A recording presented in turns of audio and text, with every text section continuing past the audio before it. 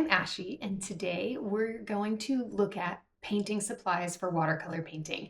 So we're going to break it down into what you actually need and then some what's nice to haves and some extras. So let's flow right into this discussion. If you're starting a new hobby, sometimes it can be pretty overwhelming when you're looking at just the vast amount of different things that are available to you. So having a guide as to what you really actually need to get started is really helpful. So for watercolor painting, we start with just a few basics. The first one is our paper. So the paper is the most important supply, really. Everything else doesn't affect your paintings as much as the surface that you're painting on. So what you'll need is some watercolor paper. So if we look down, I have a version here, and this is Bong watercolor paper, and this is their professional grade watercolor paper. What professional grade means in watercolor paper is it's going to be 100% cotton. So you can see that here, 100% cotton. That is one of the most important things for watercolor paper. That some people like cellulose papers, but typically 100% cotton is considered the gold standard, and it's going to give you a much more even and uniform finish.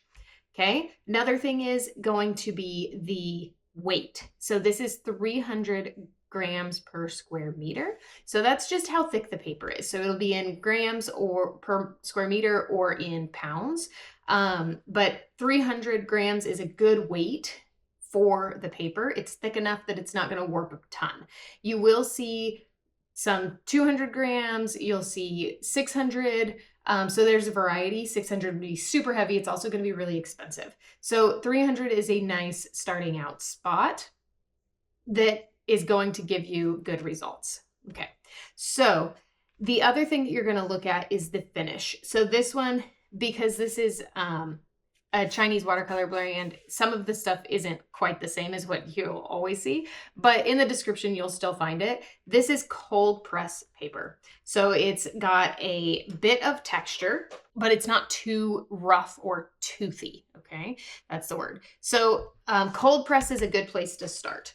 So this is, again, their professional grade. This is their student grade. So it's Academy Watercolor by Bong.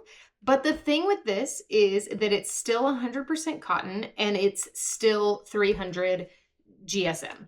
Okay, so this is a super good option when you're starting, but you want to spring for 100% cotton paper because it's going to be less expensive. What's considered the best watercolor paper typically is Arches, but it's very expensive. And so that can be prohibitive, especially if you're just starting. So starting with a good cold press 100% cotton watercolor paper that isn't too expensive is going to be a great option. And you can get smaller pads or blocks also, which would allow you some practice papers that aren't going to be as expensive if it's smaller. So that's our first supply that we need is watercolor paper. The next supply that we need is our paints. So I have my palette here. This is a palette filled with Winsor & Newton professional grade watercolor paints. Now, this is a lot of colors. You do not need this many colors when you're just starting out. Absolutely not. You can if you want to invest in that and you think it's fun. But this would cost a lot of money to purchase all of these just right out of the get-go. So I purchased these in tubes. There's a variety of sizes, but here are some of the options for Winsor & Newton. And these are professional grade paints. You do not have to start with professional grade paints though. This is one of the supplies. It's important, but it's not as important as the paper. So you can get some good quality student grade paints. Some good options are the Winsor & Newton Cotman series. It's still the Winsor & Newton brand, but it's their student grade. So it's going to be cheaper. But the quality isn't going to be as good. So you're going to notice it takes a little bit longer for them to re-wet and to activate, and you have to work a little bit harder to get the intensity of the color, but they're a really good option. Some others that people like are Rosa Gallery. It's a little bit cheaper, but it's a professional grade paint still. Those are probably my two lower cost versions that I would recommend, but Winsor & Newton Professional is great. What I really recommend, I've mentioned those because they're in my palette. I use them all the time and they're great. But what I really recommend for people just starting out is actually the Daniel Smith Split Primary pack. So this is convenient because it comes in this pack that already has the colors that I would recommend you start with if you are just starting watercolor. So I don't know why I have them upside down.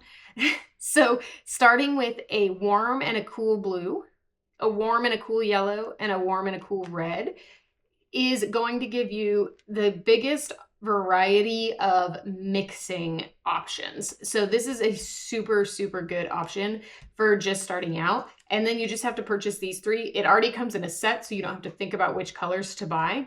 And it's a little bit more cost effective than some of the other options. Daniel Smith is expensive, but when you're only purchasing the 6 tubes, it's not terrible. Okay, so then we get into the next thing that we need, which is going to be a palette or something to put them in. Because if you're starting with tubes, then you need something to put them in. A good option would be something like this, which is, and you can get smaller versions, but it's a travel palette basically, and it comes with these little pans, and you can fill these pans partway or all the way. So this one I just put a little dab of paint in, but you can fill these pans and then organize them in a palette however you want to. And so that's a really good option for starting out. You can also buy paints in pans if that's what you prefer. And sometimes those sets can be more cost effective also. You don't get as much paint though, because one of these tubes can refill those pans a lot of times, okay? But if you want to start with a smaller amount and just test out to see if you like the paints, buying a pan set might be a good option. Okay, so that's paints. This is also another option for palettes. So they have like more tabletop ones. This is still foldable, so you could travel with it. I never do. I just leave this open on my table. And then there are like fancy palettes too. There are some really nice ceramic palettes. These are ones that I would invest in later on when you have a whole painting setup where you're going to leave this palette out because they're not going to be as easy to store basically, and they're a lot more expensive. So start with something less expensive is my recommendation. And then as you build into your hobby, you know, collecting things for your hobby is a whole nother hobby in itself. So you can invest in some of those things later. Okay, so that's paint and then something to hold our paint. The next thing that you absolutely need for watercolor is watercolor brushes. These are the ones that I use most often right here. So these are Degato, and I have 2 different types. I have the squirrel hair, and then I have these Degato artist brushes, which are a synthetic brush. So, and if you look, these are very snappy. The bristles snap back into their shape, whereas the squirrel hair ones, they're floppy. So these are both dry, but you can see this is floppy and fuzzy and doesn't hold its shape. So having both kinds of brushes is nice. You don't need a ton of them though. I would go with a larger version and a smaller version of each of these, and a round, because round has a nice point on it. And so you can do fine details with it, and you can do thicker brush strokes and carry more water and paint. So round is a really good option if you're just starting out, and then you can branch into other things later.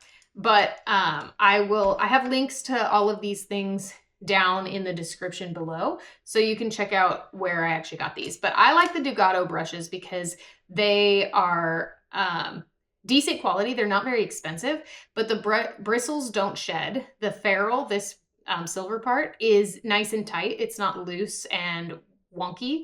I like the length of these also. That doesn't really matter. It's personal preference, but I like it. And then their squirrel hair brushes are a reasonable price for a natural hair brush, and they do what they're supposed to do. Again, they don't shed. They're nice and solid. So I like these for these I use basically in every painting. And so I like them. And again, they're not too expensive. So that's a nice option. Okay. And then we need water. So you'll need a receptacle to hold your water. I also do glass blowing. So I've made my own water jars, and then I can rest my brush on it too. But you don't need anything like that. You can just use cups or mason jars or whatever you want.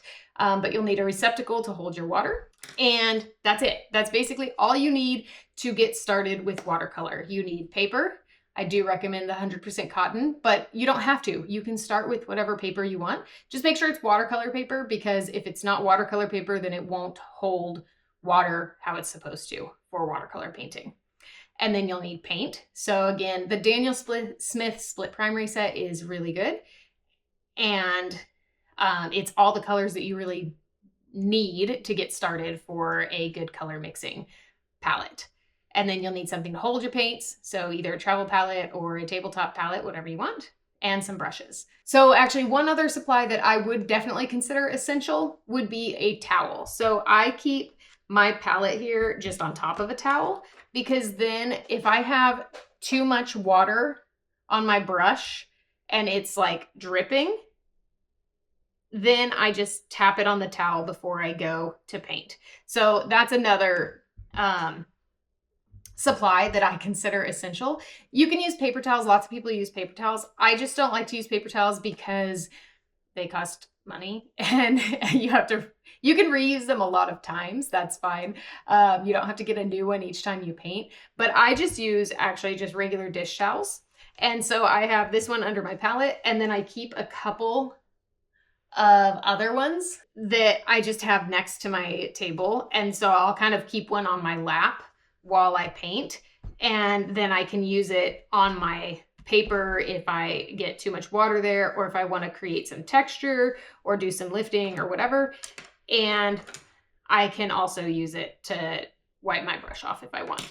So I use just regular dish towels. You can find ones without texture if you would prefer not to leave any texture, but I kind of like it. I think it's adds some interest. So that's another essential tool in my opinion. And just use what you have. You have paper towels, use paper towels. If you have some extra old dish towels that you're not using, go ahead and use those. Some of your paints will stain more than other paints, so I wouldn't use like a nice one that you want to keep using in the kitchen. But you can just throw them in the washer after and then continue to reuse them over and over. Next, we'll get into kind of some supplies that are nice to have and that are very helpful. Drawing tools, right? So you don't need drawing tools to paint. You can just go straight in with watercolor paint. You absolutely don't need to draw something first, but if you want to. I honestly just use cheap mechanical pencils. So this is a Bic number 2, 0.5 millimeter mechanical pencil. And I use pretty much exclusively these for my pencils. You can get drawing pencils if you want.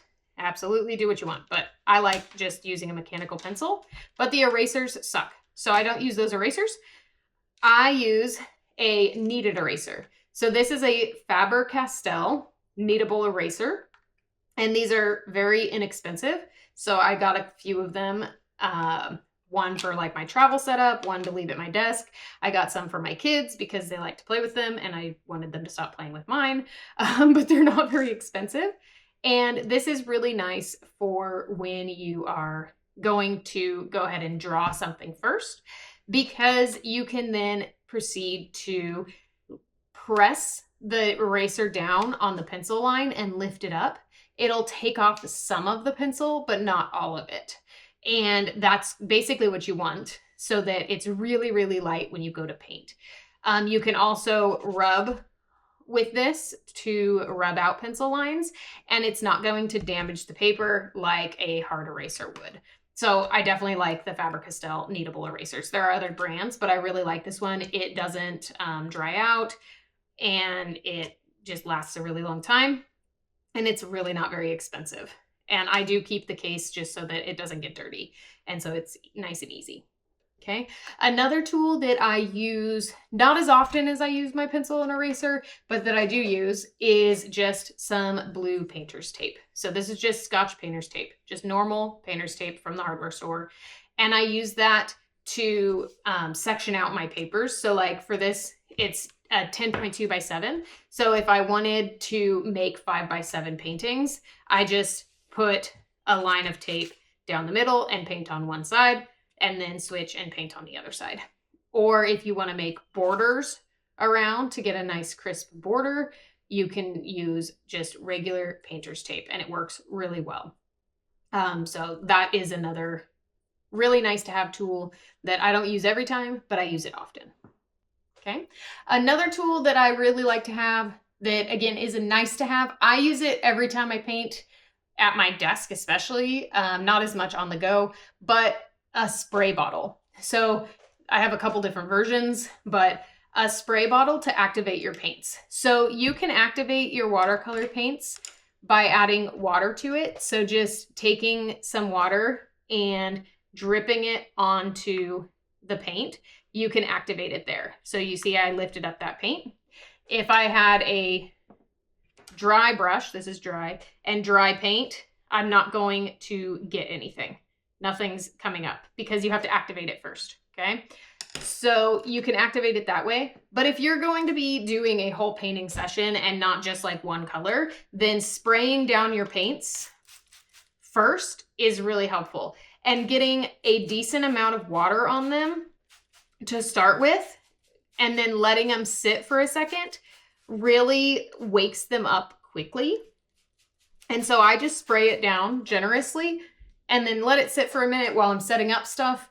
And that activates all of the paints. So then I don't have to go in and drop water on each one individually. So again, I have this smaller bottle. This is one that I do keep in my purse for when I'm traveling or on the go to activate my paints. Sometimes I use it, sometimes I don't, because I don't have as many paints when I'm doing that. And it depends what I'm painting, but sometimes I will. So having a spray bottle to activate your paints is really helpful. And then from there, I also want to talk about sketchbooks. So again, I've mentioned kind of painting on the go, but also for practice reasons and for decreasing the pressure, you might not want to paint on a full size sheet of watercolor paper, right? You might want to do something that's just going to be for you, just for practice. So my suggestions for that, I have two different options of sketchbooks that I really, really like. There are a ton of sketchbooks out there. People like different ones. These are the two that I keep buying over and over. So the first one is the Tumu Arta watercolor sketchbook, the 100% cotton version cold press. This, and it's 4x6 is the size that I like. This is a really fun size to toss in your purse and use on the go. And it's pretty affordable, and it's 100% cotton, which sometimes is a little bit harder to find in a sketchbook. So that's my daughter painting. I like to let them use the inside cover of my sketchbooks because they like to paint too. So, you know, taking this and this is something that I did while I was at the kids' gymnastics and just played with it. And then this was, the kids were playing on a playground and there was this restaurant. So I just drew it and painted it. So using this for kind of on the go is really nice. And again, this is 100% cotton paper. So it reacts really nice. It's not, I wouldn't say it's like professional grade paper, but it reacts really nice to watercolor. So it's just a fun sketchbook to have and take with me when I'm out and about. And it's 100% cotton. So that one I really, really like. The other one that I like is the Bong Academy watercolor sketchbook. So again, this is the same as their Academy watercolor paper. So again, it's their student grade, but it's 100% cotton. It's nice and heavy weight. So it says all that on here. It's 100% cotton, 300 gram, GSM, 140 pounds. And this is a 6.2 by 9.4. So this is a much kind of beefier sketchbook here. But it's super nice. And it's got these large pages. And so you can do some bigger work. You can do different studies, a variety of things. But this is really nice paper. This is the same as their Academy watercolor paper. So it's really nice to paint on. And yeah, I really like it. So these are kind of the two options that I like for sketchbooks. And then I just use binder clips to hold the pages open. So I can just clip that and then it holds it open.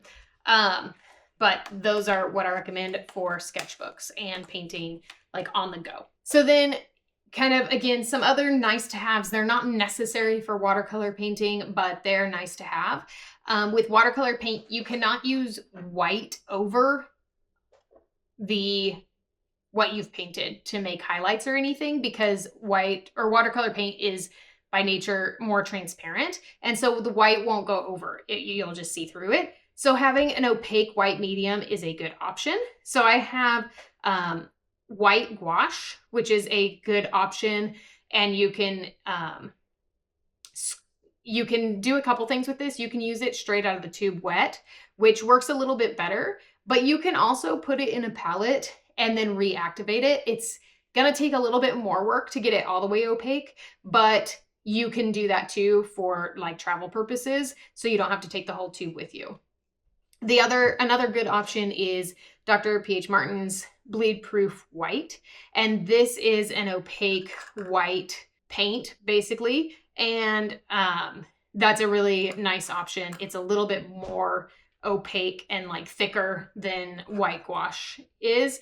And so a lot of people use this. You'll see a ton of people use this to add highlights and kind of regain some of the lightness of their painting. So having an opaque white option is a nice to have, not necessary.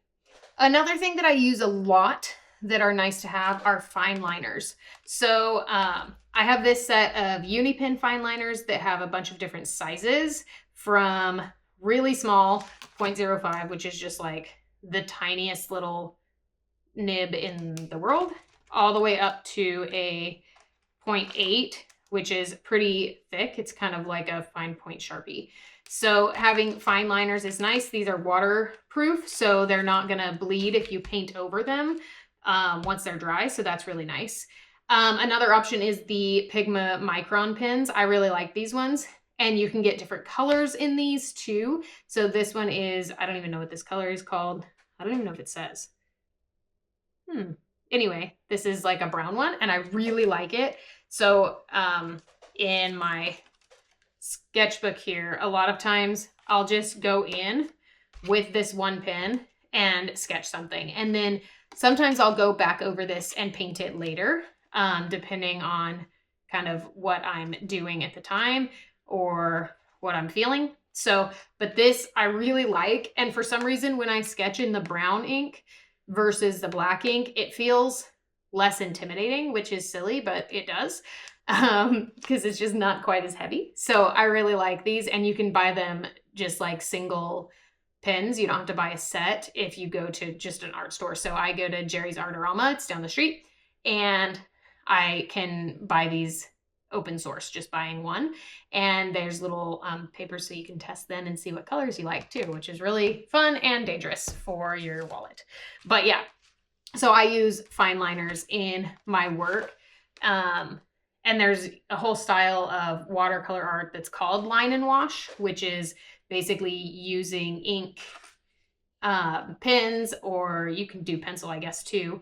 But I don't think I have any in here. I was looking to see if I had any where I had finished painting them, but I don't.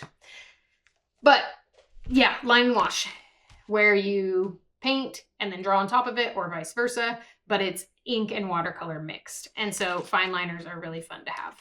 Again, not necessary, but fun to have. Then I have these. These are Faber-Castell Pit Artist brush pens.